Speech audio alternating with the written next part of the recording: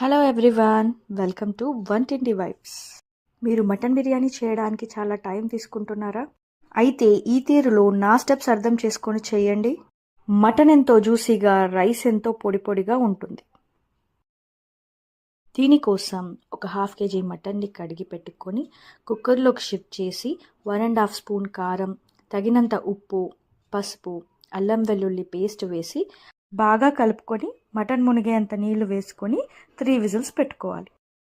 ఇప్పుడు బిర్యానీ మసాలా తయారు చేసుకుందాం. దీనికోసం ఒక మిక్సీ జార్లో సాజీరా, పట్టా, ఇలాయచీ, లవంగ, జాజికాయ, జాపత్రి తీసుకొని మిక్సీ చేసి మసాలాని పక్కన ఉంచుకుందాం.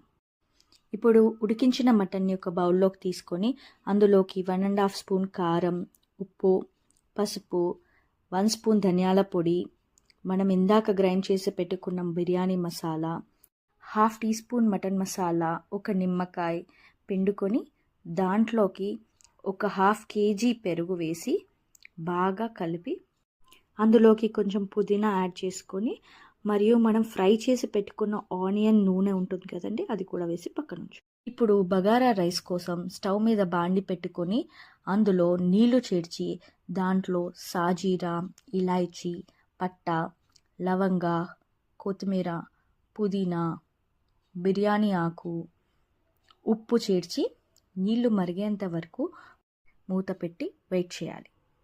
నీళ్లు మరిగిన తర్వాత ఒక టీ స్పూన్ నెయ్యి చేర్చి ముందుగా కడిగి పెట్టుకున్న బాస్మతి రైస్ వేయాలి. హాఫ్ కేజీ మటన్కి హాఫ్ కేజీ బాస్మతి రైస్ అయితే కరెక్ట్గా ఉంటుంది.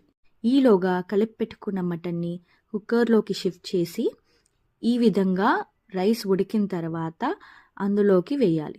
వేస్తూ ఒక్కొక్క లేయర్గా వేస్తూ ఆనియన్స్, నెయ్యి చేర్చి అలా అన్ని లేయర్స్ అయిన తర్వాత పైనుంచి ఫుడ్ కలర్ కావాలంటే ఫుడ్ కలర్ వేసుకొని కొత్తిమీర వేసి నెయ్యి వేసి ఒక్క విజిల్ వచ్చేంత వరకు స్టవ్ మీద పెట్టుకోవాలి.